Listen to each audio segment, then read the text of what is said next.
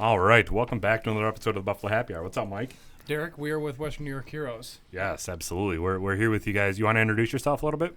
Yep, I'm Chris Krieger, president and co-founder of Western New York Heroes. I am Lynn Magistrelli, the program director at Western New York Heroes. Awesome. You guys want to talk a little bit about yourselves and how you got involved with Western New York Heroes? Sure.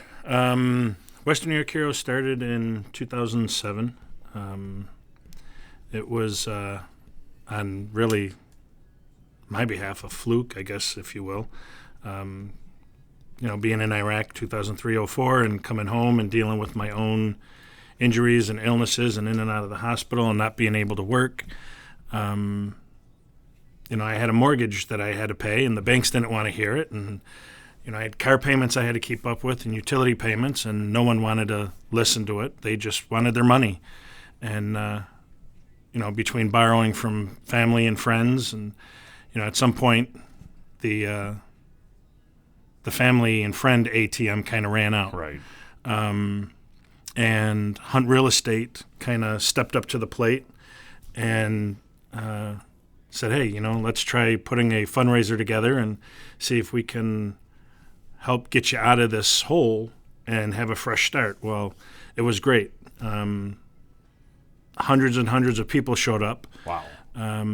People I never even met before, but they came out of the woodwork, and it just wasn't enough. There wasn't enough raise to save everything, and we ended up losing everything. And when I say everything, I mean everything. We went from a 4-bedroom house, swimming pool, a garage, 2 cars, to basically a 2-bedroom apartment in the projects, because that's all I can afford at the time. And it wasn't so much coming home and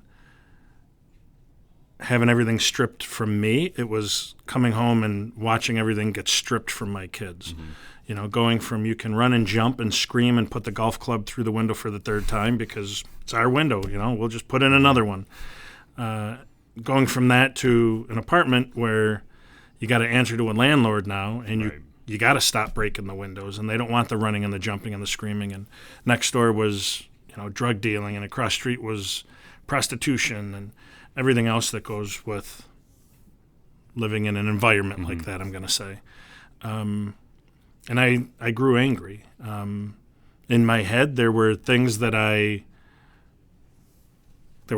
through my head that I wanted to do because I was getting so angry. And then, again, in and out of the hospital, I got sent to a polytrauma brain center in Richmond, Virginia for a while, where I ran into other veterans who said, you know what, same thing happened to me. I came home and applied, and this happened and that happened, and no one cared, and I lost it all. So I knew it wasn't just me, and I knew that there was something I wanted to do, just not at a national level. I wanted to keep it local. Sure. And long and behold, I came back to Western New York, and then there was a woman who had reached out and said, hey, why don't we get together for a cup of coffee at Tim Hortons in Niagara Falls? As a matter of fact, it was the Tim Hortons on Porter Packard. Oh, yeah. And I figured I got nothing else to lose, right? I've already lost it all. So met her at Tim Hortons, and long and behold, Western New York Heroes. And, we sat and we talked about how Western New York Heroes would look. I knew what kind of level I wanted this at, and we went for it. But probably a year and a half into it, maybe,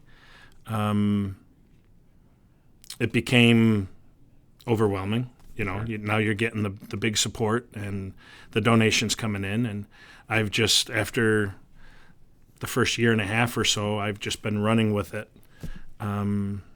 Building up a board of directors and everything else that goes into nonprofits, and, staying focused on our mission. So since 2011 alone to present, we've handed out over $2 million to veterans in Western New York. It's remarkable. That's So awesome. it was, and everything was based off my experience, losing our home. We don't want to see veterans being foreclosed on. We don't want to see veterans being evicted. Their utilities being shut off. Everything that happened with me is I wanted to make sure that doesn't continue to happen. So our primary mission is to make sure that doesn't happen. So if a veteran comes to us, we'll pay your mortgage, we'll pay your back rent or your utilities to keep them on. That was our primary mission. And then, of course, off of that branches all the other programs for Western New York Heroes. And I think it's a total of 7 programs that we have. Wow. What are those 7 programs that you have? Well, like Chris had mentioned, our primary focus is on financial assistance. And with that, we pay rent, mortgage, and utilities if they are in the rears. And we will pay those grants directly to the lenders, to the mortgage companies, to the rental assistance, the rental companies, to the utility companies. The checks don't go to the veterans in fear that maybe perhaps there's a desperation of the monies and they won't use them appropriately. Mm-hmm. So we make sure to keep them in their homes and keep their lights on at the same time. And we also started just recently, a peer-to-peer program. That program, I believe, is one of our best programs and quickly growing because it opens the doors to conversation where maybe someone is afraid to ask for help, because we were always trained that asking for help makes you weak. You're weak, you're going to get somebody hurt or worse. So a lot of times veterans don't tend to, anybody really in the community, whether you're a veteran or not, they don't tend to ask for the help. They don't know how to ask for the help. They don't know where to ask for the help. So the peer-to-peer program brings veterans together and opens up that conversation. We also have a service dog program, and right now we're 47 veterans paired up with service dogs. We fund all the training for the dogs, and the veterans are paired up with the dog and takes the dogs with them, or they already come into the program owning a dog already, and if they will fit the needs for a service dog, we will go ahead and sponsor the training for them. We also pay for a year of their vet bills for health and wellness. And if anything it becomes more substantial than your typical well visits, we'll do a financial grant on that. So they'll have to apply, and if they financially need that assistance and will not otherwise be able to pay for it, then we will put that in front of a committee to take a look. We also have a Operation Automotive where we can help veterans work on their cars, get repairs done, small repairs, to keep their cars running, because there's a lot of cases where they don't have a car, they now lose their job, they now become homeless. Right. So that is a smaller program. We don't use that on as big of a scale just because of everything that comes with it. So sure, brakes need to be changed and the car is great, but now the engine goes. So now we're looking at a lot bigger problems, and it's just not feasible. A lot of times the automotive places, which we use, I'll give a shout out to Amton Auto, who actually has my car in the shop right now, not under a financial grant, but yes, my car decided not to start in this lovely cold weather. It's the worst. So I trust them with my vehicles as well, and they take very good care of us. And they currently have helped us with probably, I would say, about 45 cars on average, give or take. Wow. They have taken in a lot of cars. Day in and day out, and they're always quickly available. And we do use other car places as well, based on people's areas that they live in. We use Dun Tire for their. If we get a car that's donated, and it needs tires, Dun Tire is also one of our sponsors. Well, they'll throw a set of tires on the car for us at no cost. But like Lynn was saying too, with Amton Auto, they've been really good too at reaching out to their parts dealers and even getting parts at times for different vehicles donated, which would save us a cost as well. Sure. So, right. Yeah, they know the ins and outs of that. We have no idea. So, and as we all know, that cars can be very expensive, and putting in any little bit of amount when you're paycheck to paycheck could be detrimental, where you're going to fall behind now on your rent and other avenues. So we do keep that program running, but it is on a smaller scale. We also have back to school program where we have Operation Backpack, where the kids can come in, and kids all the way up to college students. Where and if you're an adult going back to school, come on in, get a backpack, fill it up. You may have a backpack with Winnie the Pooh on it, but no, I'm just kidding. We have all different. We have the solid colors, but you know what? I've seen the adults pick the younger versions as well too. So, but we get so many school supplies that it is almost terrifying sometimes on where we're going to end up putting it. But we do definitely fill those backpacks up, and no kid goes out of here, not happy. Absolutely. Yeah, so what else? What am I missing? There's more programs I haven't covered. We have a scholarship program back to school, backpacks. You also need to pay for college for the older kids. So it is for dependents as well as the veterans. You have to have either exhausted your GI Bill or do not qualify for your GI Bill, which is something that will help your program in going back to school. And financially, if you've already exhausted that, then you can apply for the scholarship program. And then you also have sports and activities as well, correct? Little Heroes. So we have a Little Heroes program, and with that, we can pay up to $250 for any programs that they attend. Okay. We don't restrict it to baseball, basketball, your typical sports. They also have programs such as horseback riding. Okay. We had a family reach out to us 2 years in a row where they were able to send their child to do horseback riding, when normally they may not have been able to afford that expense. Awesome. Okay. Yeah. So you guys are essentially well-versed in almost everything that you would want to do in life. Yeah. I mean, we try to be, because we also understand, too, that we have to be able to adapt to everybody who comes in here. Not everybody who walks in here has the same need. Right. There's, in a day, 100 different needs, whether they're calling or walking in here, and we just want to always make sure that we're able to help them and not have to turn them away. So how is it starting this? I'm always interested in how it's getting everybody to buy into this at first, because you're starting a charity, and it's just like, come buy into this and hoping that people do. Like, is that a challenge, or is it that not that much of a challenge? I wouldn't say it's that much of a challenge, really, because it's for veterans. Right. It's, the difference between, and I want to be careful how I say this, the difference between local and national is just that, right? Mm-hmm. It's our guaranteed promise 100% of everything we do stays here in Western New York. Where national organizations, you donate, you don't know where your money is going. You're donating from here, but your donation's being sent to Texas or California. Right. Where here, your donation is going to help your neighbor, your friend, maybe even your own family member. So when you start to pitch to the community, look, your donation, it's staying here, and how your donation is spent, and you stay transparent, especially come audit time, that we're doing what we say we're doing with those funds. It's, in my opinion, who doesn't want to donate to that then? Yeah, sure. It's basically the proof is in the pudding. Right. So, and then you essentially get the public's trust, and it's on you to maintain it. Right. It's interesting.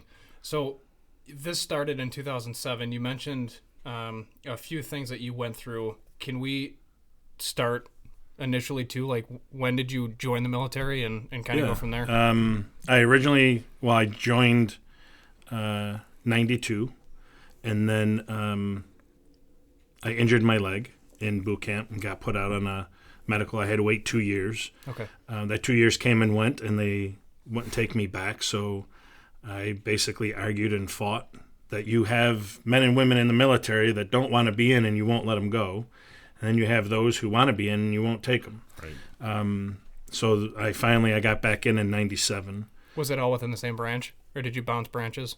No, it was all Army. Okay. Yeah. I went back in 97 and was until 2007. Okay. So that's interesting. Yeah. So I did a little bit of research. I always do some research on our guests for each episode, and then your website was extremely easy to navigate, especially for someone my age. So we try to make it easy. It's good to hear. It's good to hear. Yeah. So there's a few key notes that I wanted to touch on, which was essentially your story. So your MOS, or for those that are not familiar with military terms and the language, it's essentially your job. Right. Your primary MOS was a 6.8 whiskey, correct?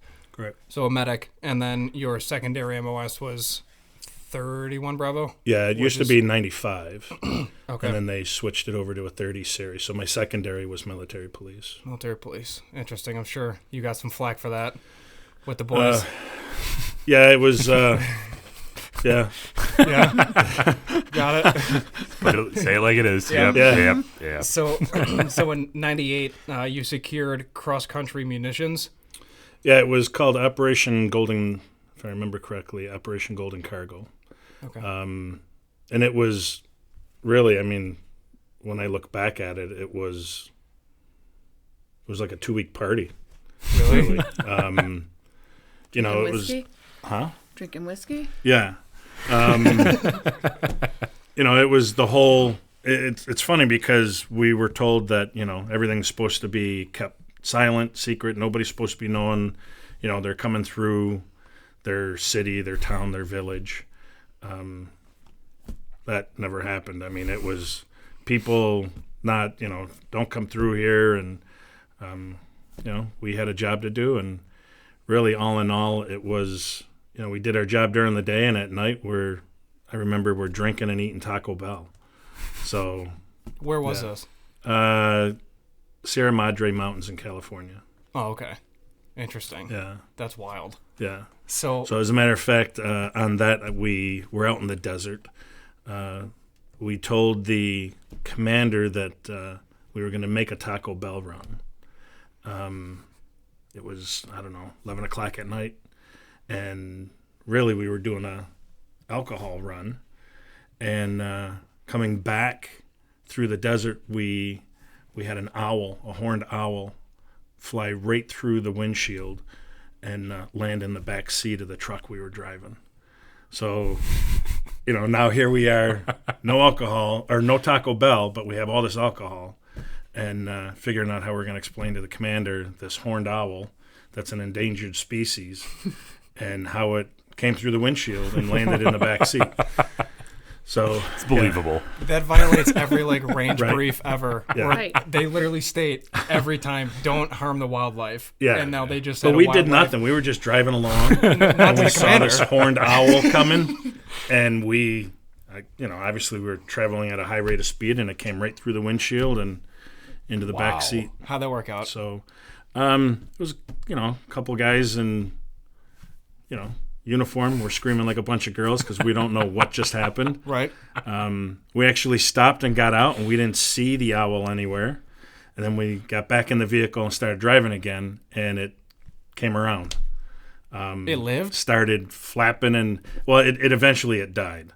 But it, you know, that aftermath of flapping, and there we are screaming and yelling again in the truck. So, yeah, You do realize this is all recorded. That's Yeah, I awesome. don't care. That is This awesome. This is 1998. yeah, who cares? Statute we're of good. limitations is up. Yeah. Although for UCMJ, I don't think there are statutes of limitations, No. so you probably get a phone call. Yeah. So in I 1999, don't know. yeah, you're not associated. Yeah, So in 99, you worked on a NATO mission in Bosnia, correct? yeah. That was a NATO mission, Operation Joint Forge, I believe was the name of that. Okay. 10 months in Bosnia, and that was basically a lot of mass gravesite security. You know, we would receive calls from locals in villages who, you know, for whatever reason, but the whole thing was a NATO support mission. Interesting.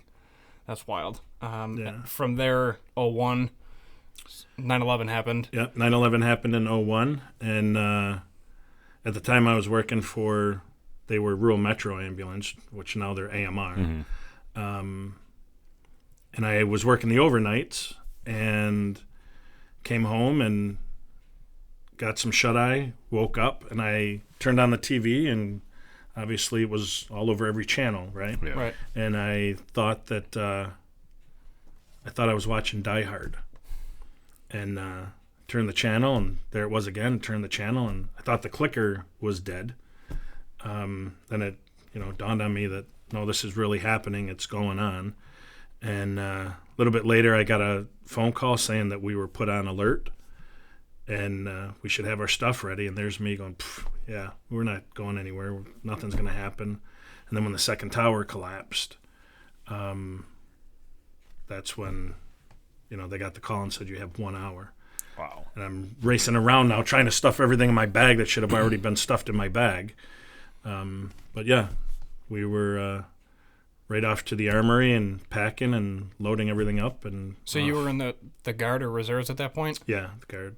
In the Guard. Okay. Yeah. And were you out of, where were you out of? Maston? Or? Maston. Okay. Yeah. That's wild. Man, what a time. Yeah, it was, if I remember correctly, too, we had a state police escort the whole way. Yeah. Wow. So they put us up at Jacob Javits Center. First couple nights wasn't bad, but man, sleeping on a concrete floor after a while, you're like, screw this. This is, waking up to sore hips and sore backs. But it was really, we walked around the city, and it was, they've even said the amount of crime, I think, in America altogether was at an all-time low. True. Because Everybody the banded country, together, the country banded together, and it was whatever you needed, whatever you wanted. People bringing coffee, people bringing water. I remember people opening their doors to just offer us showers. No matter where we went, even to eat, everyone wanted to pay for your meal. So it was definitely a different time. It's a whole different mentality. Yeah, and it's, Jeez. Now it's, I believe in what people say, Americans are quick to forget. Oh, yeah. Because, look at now. You have to be to an airport, 3 hours early just to catch your flight? And people are getting angry because, well, why do I have to be there 3 hours early? And why does it take forever to go through this lane? Right. And why? Try going to an airport other than Buffalo. Then you're there Right. 5 hours early. Yeah. Well, we'll tell you why. 9/11. Right. I don't care if it takes me 6 hours to get through that. If they're doing their job, so be it. Let them do their job. I'm all right with it. It's wild. There's one story I'll share, but I was in Fort Benning in 11? No. Graduate high school, it was 2012. June 4th, 2012. We get through 30th AG, and then we get down there to actual basic training. That's where I did basic training the first time. At Benning? Yeah. So they lie to you. You get down there, and they're like, Right. this is it. And you're just like, oh, my God, I just arrived. And then they're like, just kidding. This is 30th AG. Right. We're going to teach you how to tie your boots. And then you're going to walk to basic. And I'm like, what's that? And they're like, just kidding. We're going to put you on a bus. And then you get smoked for, the first 3 days because you show up, do your shark attack, whatever. So they made us write down 10 reasons why we joined. And by the 10th reason, you actually figured out why you really, really joined. But everyone's first reason, and this is 2012, was the 9/11. Everybody. And while Sure. I'm like, we were in 4th grade. And that was my first reason for joining. And then by the last reason, it was because there was nothing physically or mentally preventing me from serving. So I have to do it for the people that I know that can't get in, that have diabetes and things like that. Because there was one buddy specifically who would love to, and he couldn't get in. They just wouldn't allow it. And that was my last reason. But the whole platoon, it was crazy. School of boys, they grow up pretty quick. Yeah. So, Well, that's what happened with you joining the Navy. I joined in 1992. He's a baby. Well- I mean, no offense. No, but but he's, But the whole reasoning of why you joined. I'm thinking my kids are Yeah. older than me. Yeah, but I'm referring to the reason why you joined. Being in high school and Right. you were. Go ahead. So I had a million reasons. I actually overheard a girl behind me talking about joining the Navy. And I thought, the heck are you talking about? So I turned around and I start talking to her. And not that there was anything wrong. You're in your own little cliques in high school, however Right. it was. And we did not even affiliate with each other whatsoever. Well, we became quick friends real fast. Mm-hmm. Next thing I knew, I was down talking to her recruiter, joining the Navy. Never looked into another branch, never even researched it, just signed. And off to boot camp I went right after I graduated in August of 92. So I did join. I joined the Navy. I did 13 years in the Navy, and then I crossed over. I went Air Force. Oh, wow. So I ended up retiring in 2015 from the Air Force. you're super smart So no. for going the Air Force Yes, route. that part I'll I say will that. agree with, because we argue about that all the time. He always makes fun of how we're eating lobster and he's eating MREs. Well, I was security forces, so that was MREs. That was sleeping on the ground. That was sleeping in tents. I didn't have that cushion life, but yes, when you did go back to the chow hall in Iraq, we were getting lobster. But let me just tell you, he will roll his eyes, but it was disgusting. You did not want to eat that lobster. You did not want. I ate nothing but the salad. Even still, you So- got a stipend for being on an Army base because Right. it didn't Well- fit your housing standards. Right. No, we got paid the same. Because that was my duty station. We got paid the same. I got a stipend because I was out to war, but I didn't get Whatever. only because I went to Iraq. I didn't get any special pay for anything other I'm sure than the Air Force gets hazard pay for driving on Porter Ave in Niagara Falls. Well, we should. Yeah, right. We should. There's more potholes there than there is in Iraq. So in 2002, Chris, you worked with Customs and Immigration to secure bridges, and that was involving illegals and their drugs, correct? Yeah, I mean, it was a lot more than that. It was, what was the name of that? The name of the operation? Yeah, I'm drawing a blank to the name of the operation. I don't know it offhand. But yeah, that's where they, you can't secure our borders with the military. So they took everybody and they had the U.S. Marshal come in and deputize everyone as U.S. Marshals. Oh, wow. Now all of a sudden we're authorized to be on the border and carry weapons and, basically right there side by side with immigration. And they had us on, all the bridges, all over the state of New York, I believe. But it was that was an experience and a half. And then that's what, being able to work there with the men and women on the bridges led me to say, you know what, I kind of like this. And I applied for immigrations. I later, after going through a very long process, it's a government job. Everything's a long process. Oh, yeah. I got accepted and was leaving for FLETC in Virginia. And the same time I got my acceptance letter for immigration, I got my orders to leave for Iraq. Come on. So I had to call immigration and say, I can't accept this right now because I just got orders to leave for a war. And they said, well, it's okay. We're going to hold your position. And when you come back, just get a hold of us and, we'll get you restarted and into the process of being able to go to FLETC, to the academy.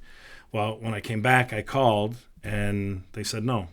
Wow. Because during that time, 03 to 04, they had basically disbanded immigration and made it all they took immigration and customs and put it together as Homeland Security.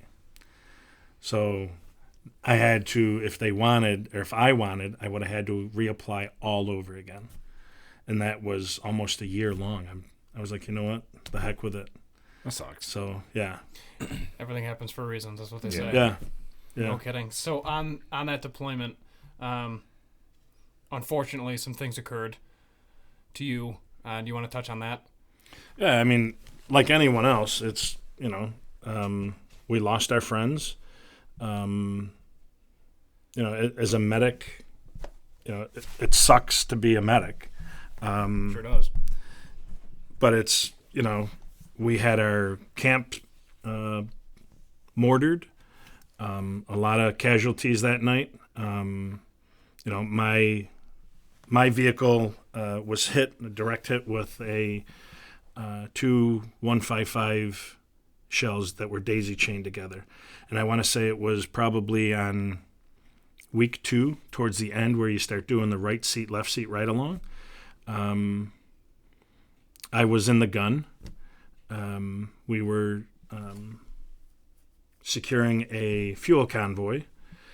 And on the way to the fuel site, one of the fuel tankers were hit. And then coming back, we got hit again. Thankfully, I have my arms, I got my limbs, I'm alive. But the blast, because I was outside the Humvee, and we were in an up armored at the time, all I remember was the flash, and then being pulled out of the vehicle into the road by, I want to say it was one of the soldiers. And I just remember, shit, man, that hurt. My head hurt, my eyes hurt, everything just hurt. I can't even explain it, but it's like, it's just like putting your head in a vice grip, just tightening it, and I knew something was wrong. I just didn't know what was wrong. And that was part of the reason then, coming home and in and out of the hospital and seizures. So bad that at one point I was even on life support. And then the reason for being sent to the Polytrauma Brain Center in Richmond, Virginia for a while. And everything just began to snowball. And, once again, here we are. Yeah. So It's wild because I'm looking at your time frame. So that occurred at the end of your deployments. That's about what, right before 04 or right as 04 started? the beginning of 04, February of 04. Okay. And then it took 2 years. Side note, it took 2 years for you to get 100% disability, which that's a whole other can of worms. I didn't get 100% until 2010. Wow. No kidding. Yeah. So in 2007 you're released from Yep. the military. In 2008 you go to Richmond, Virginia for the TBI treatment. I don't remember. I thought it was 2000. It might be. Yeah. Okay. I don't remember if it was 2007 or 2008 Okay. in Richmond, Virginia. But Okay. yeah. And then in 2010 you get 100% disability, 100%. and then you also get trained by the FBI and then local municipalities for Yeah. the de-escalation situations involving vets and police. Yeah. So I get a phone call one day asking if I can come down and talk to the FBI and homicide. And I thought, holy shit, what did I do? Just The first thing in everyone's mind. Yeah. Homicide. Oh, God. You're like, it was 03, I said no to the job. That's all that happened. Yeah. I followed the ROE. I swear to God. There was an owl involved. I don't know what happened. But yeah, I was okay. I went down. We actually met at the Buffalo Police Garage on Seneca, Oh, yeah. and walked in, and there was FBI there and homicide officers there, and we talked about Western New York Heroes, and their big thing was that they were taking more calls that were dealing around Iraq, Afghanistan veterans, or veterans period, and not sure what it is that was being said or not said that was escalating a situation that really didn't warrant to be escalated. So after talking with them, literally, I don't know, half hour, 45 minutes, there was an officer that got up and said, you know what, this is bullshit. What? Walked out, and I thought, oh my God, what did I say wrong? And she pulled her car in. She backed her car in and popped her trunk. And I was like, all right, she didn't mean it in a derogatory or a negative way by any means. I wasn't sure how to take it at first. And then she opened her trunk and she's like, like this, and we got that, and we got this. I was like, oof, all right. And I stayed there probably for another 2 hours talking with everybody. And then a couple days later, I got a phone call and said, hey, would you be interested in going over to the academy and being trained in hostage crisis negotiations by us? And I thought, man, this has got to be a joke. But no, it was like a week later, and there I was. I was sitting in the academy and being trained by the FBI. So it was definitely an experience. No kidding. It was something, yeah. Wow. So there's so many questions. Yeah. So, so to backtrack, what took so long to get 100% disability? Other than the VA's, I'm not going to say the T word that we use waste I'm not management going to for, say anything derogatory by no but it means. was like, good Lord. You know what I truly, honestly think it was? I truly believe that we were the first wave, 2 waves, 3 waves coming home. And I don't think that they were truly ready for what was going to be returning. The amount of makes claims sense. that were going to be filed, Yeah. What type of injuries they were going to be dealing with. So I don't blame them for it. I think we were so quick to go to war, but not as quick to figure out how we're gonna take care of everybody once they come back home. Makes sense. Yeah, that makes sense. Yeah. That's yep. Yeah, man.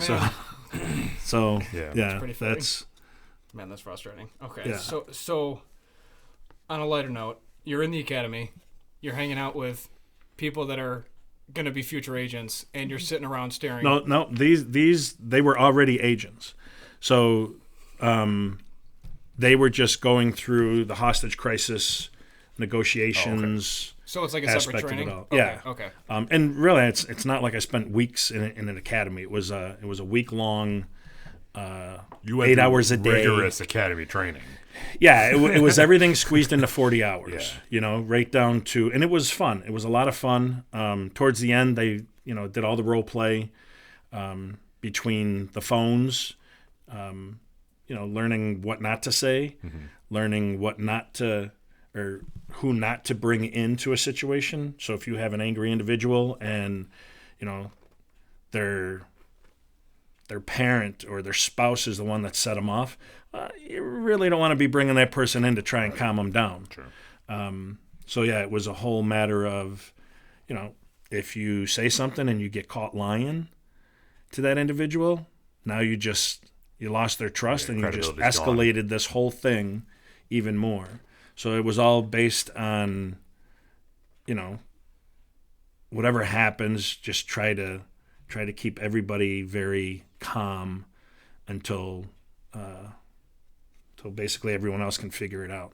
And I was actually called in for the town of Tonawanda incident that happened with a 23-year-old Marine. I got a phone call at 5 o'clock in the morning, I think it was, that they had a hostage situation in Tonawanda. I don't remember the exact name of the street, but it was somewhere off of Sheridan. And I think he finally came out at 11 a.m. Wow. And, his big thing is if I come out, are you going to tackle me? Are you going to beat me up? Are you going to...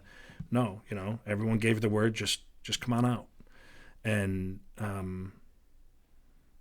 it was something. They took him over to the VA, and I think within literally hours, he was gone. I remember getting ready to go up there and talk with him to see what we can do to help him. He was gone. The MPs had already came up, snagged him, and off he went. So it happened that quick. I was surprised. Where'd he go? They took him back down to, is it Camp Lejeune that's on the East Coast? I always get confused over which one's Parris Island, which one's Lejeune. Lejeune is is East Coast. North Carolina or South Carolina. All right, so we were told, took him back to Camp Lejeune. No kidding. Yeah, apparently the way it all happened is he had been overseas. He came home, was out drinking with a bunch of friends, and I guess he volunteered to go back and then realized what he did. And, Wow. So, and I get it. Right. I get it. So, yeah. Jeez. But it's interesting. Mm-hmm. Yeah, I'd say so. Yeah, to see the way everything kind of snowballed, Mm-hmm. To watch Tonawanda Police even, to see the way that they all worked together. Nobody made a move without the next guy knowing. Right down to, the bullhorn and the constant shouting through the bullhorn. And if I remember correctly, in the driveway there was a shotgun and an AK-47 and something else laying in the driveway. But I'm just thankful that it all worked out. Right. Everybody walked away safe, and it was over and done with. So do you have any role in that today, or I'll get phone calls from state police on different situations that they have going on. We do a lot with the state police. I teach over at the Niagara County Police Academy. That one there is basically teaching federal law. So the academy teaches local and state municipality law, but there's nothing really based on federal law. So I teach the federal law aspect primarily around service dogs and the do's and the don'ts and the misconceptions of service dogs and what you can and cannot do. Even as a police officer, just because you're a police officer, you still have to abide by the law. Right. And the federal law says this. It doesn't matter what state or local law says. So it's getting them to become familiar with that part of federal law and keeping in mind that federal law always supersedes any state or local. So you have a service dog.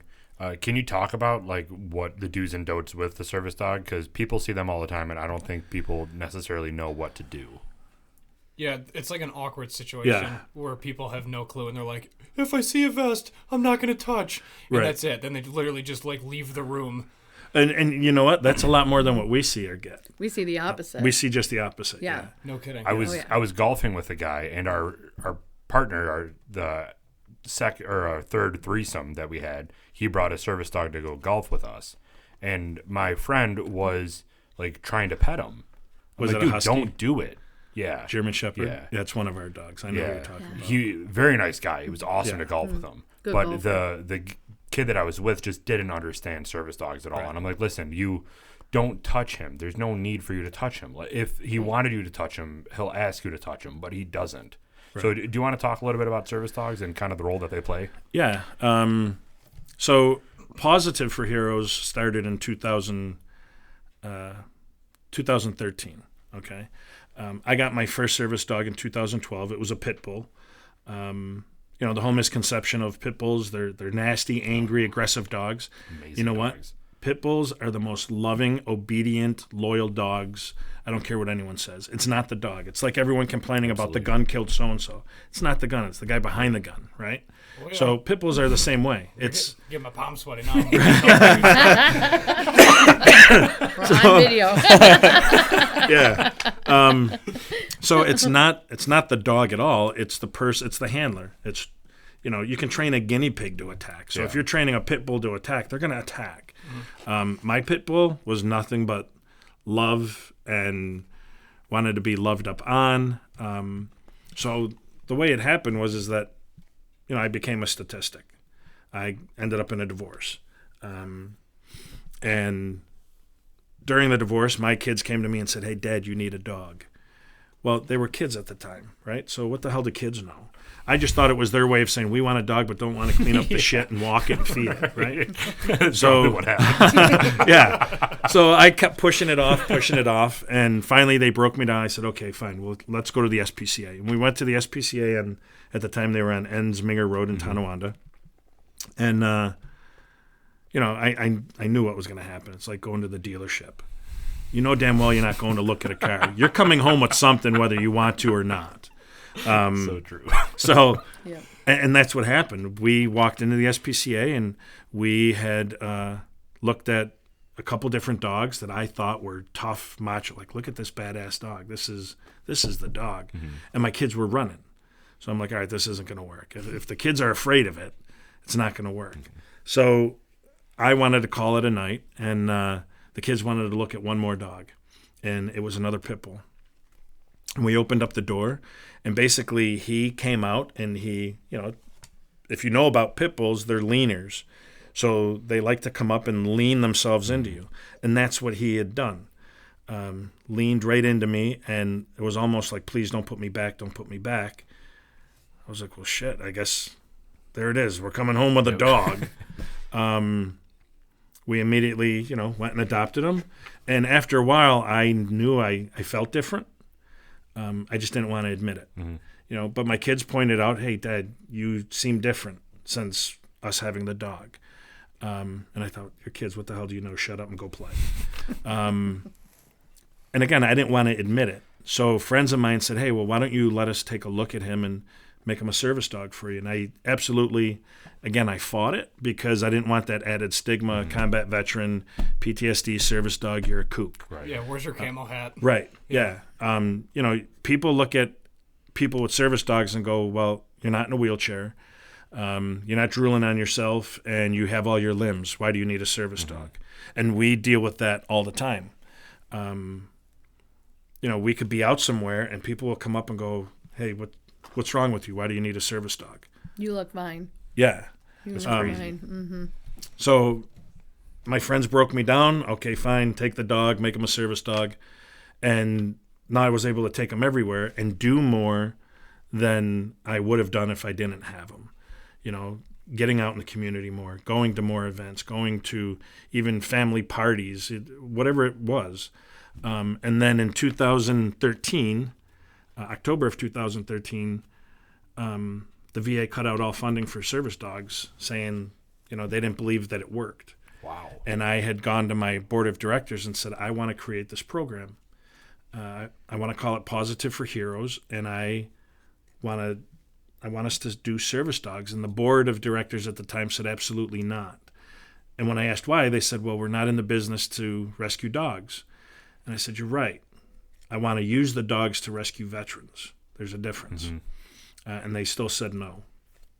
So I'm a firm believer in going and doing it anyway, especially knowing if I know I'm not going to fail at this. And I contacted a friend of mine and said... Says every vet ever. Right. No, cool. Doing it anyway. Right. Okay. Yeah. I'll ask for forgiveness. Right. Sure. Be Yeah. right back. So I went to a friend of mine over at Ingram Micro, and I said, hey, I got this idea, this thought. And I explained it to her, and she said, Chris, look, do me a favor and put it on paper. And I was like, okay, great. So I spent a week putting it all down on paper, the way everything was going to lay out, how we were going to raise, the money, everything.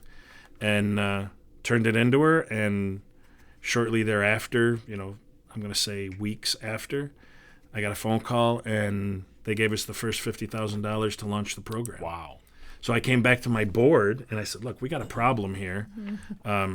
Someone saw me on the street and offered me $50,000 if I did a couple more of these. So we can't give the $50,000 back. So now we got a dog program, and we have to go forward with this.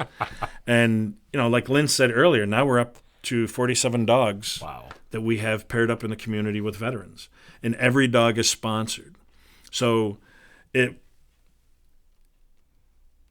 to kind of get around the fundraising aspect of it all the time, each dog is sponsored. It's $5,000 for a dog, which for a service dog is very, very minimal. When you look at other organizations that are doing them for upwards of $40,000, $50,000, $60,000 a dog, our dogs are $5,000. And part of that, we even have some people that go $5,000. That's astronomical. But that $5,000 covers the cost of the dog, the spade and neuter, the first year of health and wellness visits, Vest. All the testing, the vest, Training. yeah, and then we even throw in if should something happen with you and your dog out in the community, you go into a restaurant and you're wrongfully thrown out, then our attorneys will handle that case for you. Oh, nice. So the 5,000, it's not just 5,000. We're taking it and saying, hey, great, thank you. Your money is actually being put to use for that vet. Mm-hmm. So for those listening, if someone's interested and they're a vet, what would they have to do, or what are the requirements essentially to be eligible? Yeah. So the why don't you talk about that? Requirements for the dog program. Nice delegation there. Yeah, you like that? He's like, I need to rest my voice and drink my I'm going to drink my whiskey. Go ahead, drink your drink. So with our service dog program, that is the only program that you have to be a combat veteran. Reason being, our trainers train these dogs for the hypervigilance, the anxiety, the depression, the suicidal thoughts, the night terrors, and that is what their main focus is on those training. We are not saying that other veterans that haven't served in combat do not need service dogs. That is just not our program. We do partner with national programs that will help. So if a veteran is interested in not a combat veteran, they can still give us a call, and we can help them navigate that program. That is a national program. So our program, what you would have to do is you fill out a grant online, and it's electronic. It's very easy to navigate. If you have issues, if it's too stressful, we understand. You can call us. We'll talk you through it. Or if you're local, you can come in. If not, if you need to go to other organizations that we partner with as well, that will help you fill it out, with whether it's with a social worker or a counselor, they'll help you fill it out as well if it's not feasible for you to come into the office. And there's a simple checklist at the end that tells you everything that you need included. Things such as, obviously, your golden ticket is your DD-214. So any of our services, you absolutely have to have a DD-214. And we'll go from there. It gets put in front of a grant committee. The committee will review it, and they will decide whether or not they feel you're fit for the program. Chances are there is going to be at least a phone interview. We're not just going to go ahead and pair you up. If you do come into the program with a dog already, we will have our trainers look at the dog. So you'll immediately thereafter getting granted you get accepted into the program, you'll meet with the trainers and bring your dog. If you do not have a dog, which I'm going to let you touch on, we have 2 options at this time. Our trainers seek out a lot of the dogs, and we've also partnered with a couple facilities that are currently going to be training the dogs, which we may want to touch on a little bit. But I wanted to talk a little bit, too, about our sponsorship and with that application process. I am going to turn it over to Chris because he is way more well-versed in that topic.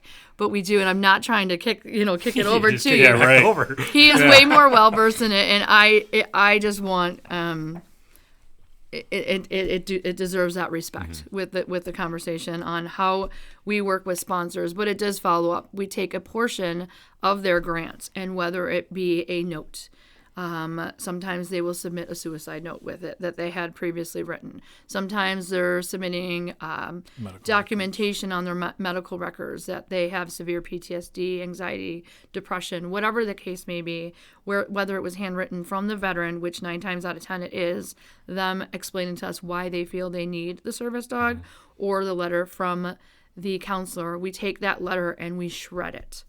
Reason being is we then present our sponsors who sponsor that dog with this beautiful box here. So we call this the Because of You box. Oh, cool. And when we say because of you, we mean because of you, the sponsor, we're able to give a veteran a service dog. Sorry. Without that sponsor, this veteran wouldn't have their service dog. And I wish we had one of the other veterans here with their service dog to even touch on how it's changed their life. But if you talk with any of them that are in the program, many of them will tell you that, before they got their dog, everything that I was explaining earlier, they're staying home. They're not, bothering with friends and family, and they're losing their job because their PTSD is so bad, where now they have a dog and they have that support, and they're doing what they want to do again. Like my dog's trained for my nightmares. So when I have a nightmare, he'll lay across my chest and literally pull me out of it so I don't have to go through the nightmare. Wow. And wake up, swinging, wake up in the sweats. His job is to pull me out of it. So your basic PTSD dog, we have some vets who are with us, and they maybe not need a PTSD dog, but they need a dog for stability issues. So we have to look at a different breed for that. We have to look at a more stocky, bigger breed, so that if this individual falls, they can use the dog as a bear to push on the dog and boost themselves up. So there's a lot that goes into it other than just getting a dog and giving it to someone and say, hey, there you go. We put on the back of this then for each sponsor, so that they know what's in the globe. And, wow. So for $5,000, you get this, but at the same time, you also get to say that you helped save the life of a veteran, And that is actually made by one of our veterans that started to come into the program and then felt that it wasn't for him, but he still wanted to do something to just fill his time from being at home. And he said, you know what, the ones we had before, those are garbage. Let me come up with something else. And when he said that he was going to come up with something else, I was blown away. Yeah. Wow. That's awesome. Wow. He did a very good job. He put his time and energy into all of those and made one for every single one of our sponsors. As the veterans come into the program and we fill that globe in the middle. Wow. Yeah. So for those that are watching on YouTube and see it, and for audio listeners, the back of it says, because of you. Inside this case is an actual suicide note written by your veteran. I'll leave it at that. It's powerful, to say the least. And then, of course, the message at 22 vets a day commit suicide, which sucks. And every day we're trying to fight that. And now it's down to 17 per latest numbers. 17 vets a day, but 17 still 17. Still too high. Way One too is high. too high. Yeah, 17's way too high. So it's powerful. It's crazy. So how can your average person help the organization? So everyone, we get individuals that call here and think that we are government funded. We're not. We operate solely off donations and fundraising. It's always been that way. Everything we do is off donations and fundraising. So, if we're always looking for volunteers, Lynn put together a street team. She refers to it as the street team, and it's basically a team of individuals, veterans or civilian, who want to be able to give back, and maybe they can't afford to give that donation, but they want to give their time. Lynn looks at putting them on the street team to help us out with the several events that we have every month. We believe you can never have too many volunteers. As far as the service dogs go with our sponsors, every sponsor gets one because of U-Box. Okay. So if they sponsor 3 dogs, they don't get 3 of these. Sure. And it makes for a good conversation piece. We've had some of our sponsors say, I had so-and-so come in my office from another company who saw the box, asked about it, and after explaining it, he or she wants to give you a call to learn more about it and maybe a potential sponsor. That's what this is about, is to kind of spread that awareness on the service dog program, but also spread that awareness that, veterans need our help. And if this is one way that we can do it to assure that, physically, mentally, emotionally, that they're going to be okay, then we will continue to do this until we're exhausted. And then probably keep going. Probably, yeah, because our job is 24/7, and when we say 24/7, we mean 24/7 with our cell phones ringing, 10, 11 o'clock at night with a veteran who, hey, I'm calling, I was given your name and number, I'm homeless right now. It's 11 o'clock at night. There's nothing, even if we wanted to, there is absolutely nothing we can do. We've partnered with Pathstone out of Rochester. They've been here in our office, and they handle all of our homeless vets. So when we do get a veteran who calls and is dealing with homelessness, we just very simply hand them over to Jacob Puff with Pathstone, and we kind of go back and forth. So if there's something that they need that he later finds out and that he can't give them, he gives them right back to us, and then we can take care of it from there. That's awesome. But yeah, it's all about partnership. Yeah. And then you guys you're in 12 counties that encompass all Correct. of Western New York. Yeah, so in the beginning, it was 8 counties, right? So how many counties, you always hear Western New York, 8 counties of Western New York. That's the way I grew up. I live in Western New York. It's 8 counties. Well, Lynn and I went to a press conference in Rochester one day a couple years ago and got asked by the media, if you're Western New York heroes, why do you only cover 8 counties? We just kind of looked at each other like deer in headlights going, well, because Western New York's only 8 counties. Yeah. And they insisted, no, there's 17 counties in Western New York. So we immediately came back and started researching it, calling our friends with the radio station, the TV station. Weather. Weather. We're calling weather people. Congressman's office, senator's office. Like, what do you determine to be Western New York? And basically it all came down to, they all basically said the same thing. Anything this side of Syracuse is Western New York. Oh, okay. Because then Syracuse on is Central New York. So I was like, oh. So I, again, went to my board and said, we got a problem.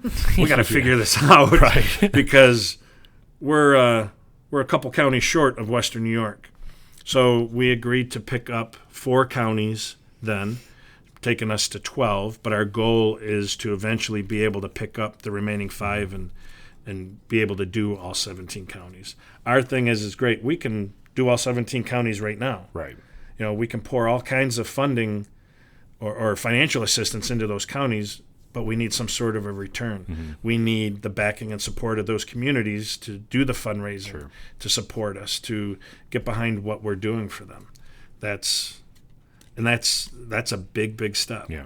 I'm shocked that somebody actually knew what Western New York was. Right. Like, here's a defining line. No one knows what Western. Right. All the counties or all the areas in New York, everyone calls it something different. We're upstate to some people. Right. So that's interesting that someone actually has a definitive line that this is Western New York. Yeah. There was some confusion for sure. There was a lot of people that still said 8 counties and were like, thank God we at least have some people that are as crazy as we are. Yeah. And then there was others that had that definition of that is not Central New York. That So is this side of Syracuse is Western New York. pretty much Makes sense. Yep. Okay. Yeah, and everyone's answer basically was, once you hit Syracuse, you're Central New York.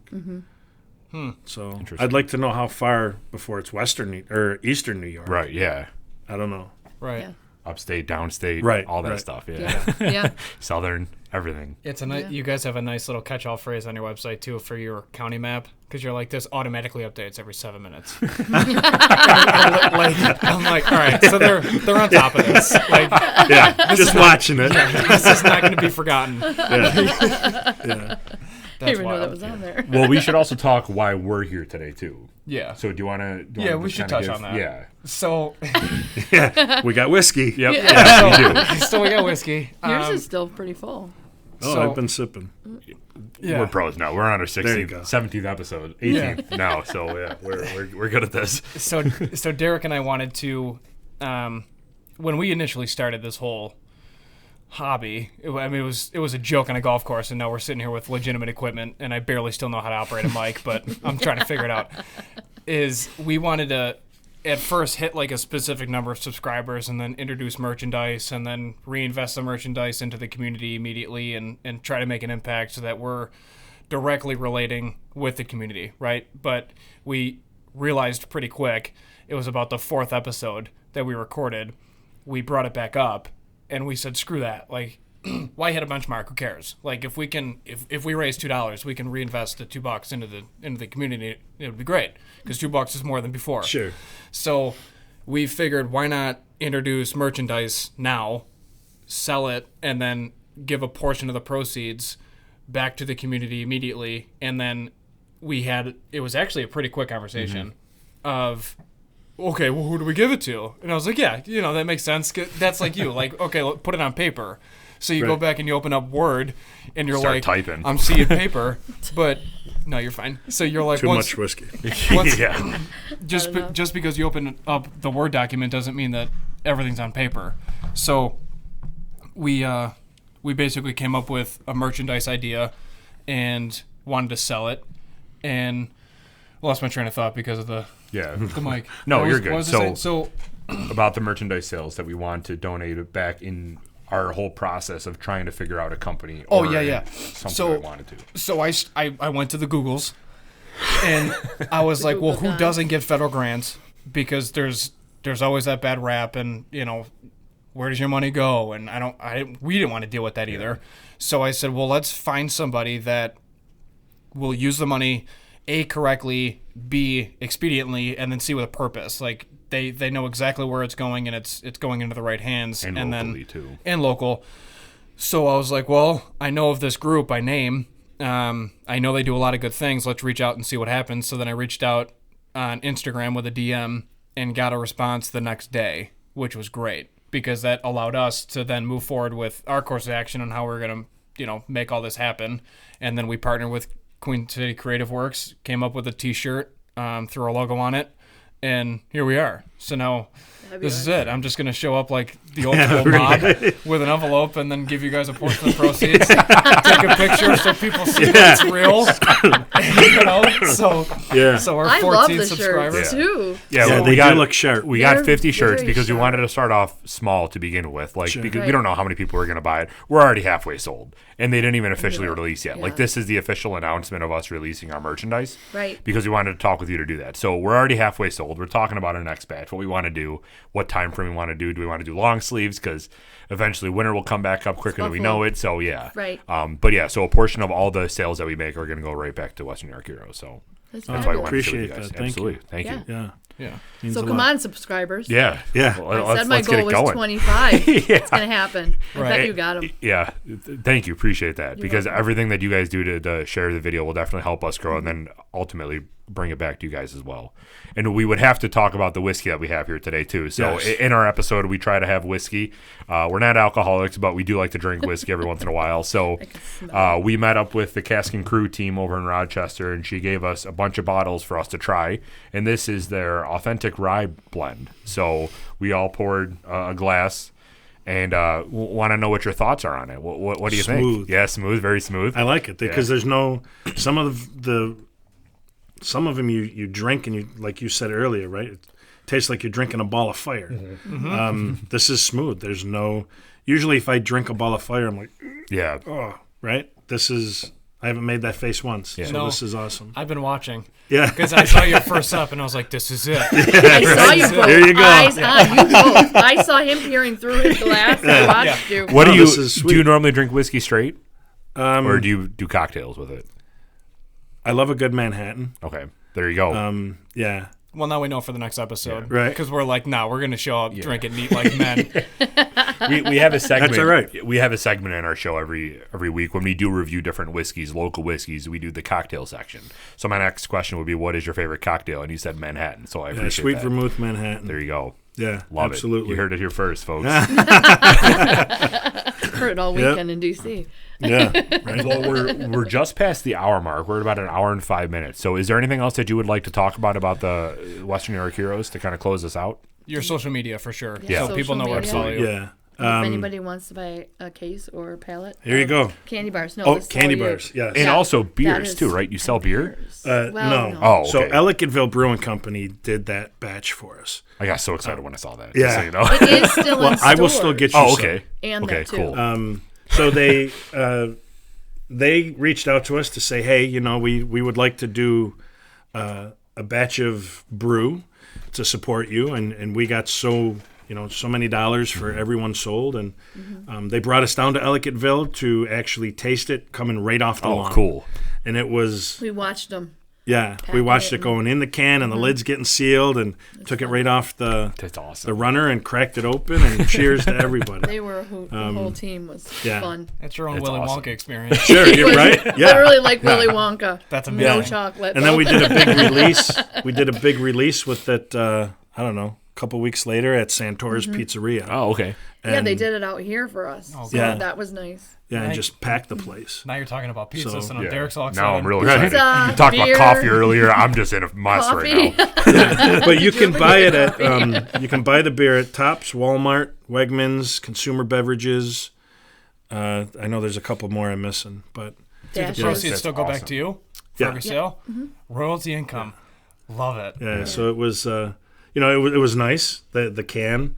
The CFO is a veteran herself. Oh, okay. The owner, I believe it was the owner, but one of the gentlemen said, they've always been wanting to do this Echo Victor Lima kind of deal, and decided to do it in partnership with us, and I love it. I mean, the can itself, you don't want to throw away the can after Right. you drink it. Oh, yeah. Clearly. But yeah, and then we got into the traveling growlers. World of Beers has them World too. of Beers. Oh, okay. Yes. They do. Nice. They do. Okay. We Cool. just purchased some Yeah, there. we have a fundraising event the 31st of this month at Oh, World great. of Beers, and so we're going to be bringing the growlers, and there's a specific beer that they're having donated, and for every beer, every one of those beers purchased, the proceeds go to us. Yeah, so they're getting a keg, a whole keg Right. donated, Awesome. and it's completely donated, and all of the proceeds will come right to us. But we got great. our own chocolate with Niagara chocolate, Ooh, our own candy bar. So nice. we're actually set up this weekend, the 25th and 26th, at the Galleria Mall, Okay. selling the candy bars. Normally it's a $2 candy bar because it's the bigger candy bar, Yeah. but we're selling them for $1. Okay, nice. Yeah. Yeah. That's awesome. Wow. So yeah, we're constantly on the go. Yeah. Which is great because Yeah. people want to donate into something. They Right. want to feel like they're giving back. And out of all of the organizations, this is a perfect organization to give back to because it's based right here in Western New York, and it's just giving back to the community that we live in. So, really good job. Thank you Yeah. guys. for No, everything. thank you. And so many people are veterans, or how many people know a veteran? Yeah, Your neighbors, exactly. your friends, So your it- relatives. And most of all, thank you to Western New York, because Right. without Western New York, we wouldn't be able to do any of this. Seriously. So Right. we appreciate it. And Cool. thank you for your service. Thank you for yours. Yeah. Absolutely, both of you. Thank you for all of yours. Yeah. 3 of you. I'm the lone one out, but thank you guys. You got the beard. Yes. Fit right in. Exactly. Cool. You look like every admin for Black Rifle Coffee. So, Black Rifle don't worry. I Coffee. do support Black Rifle Coffee too. Me too. Yeah. I am a fan. Very good. Supporter. Well, thank you guys. We really appreciate you sitting down and talking with us, Yeah, absolutely. and we look appreciate forward to the future opportunity. collaboration. Oh, yeah. Cool. Absolutely. All right. Well, thank you guys. All right. Thank you. Thank you.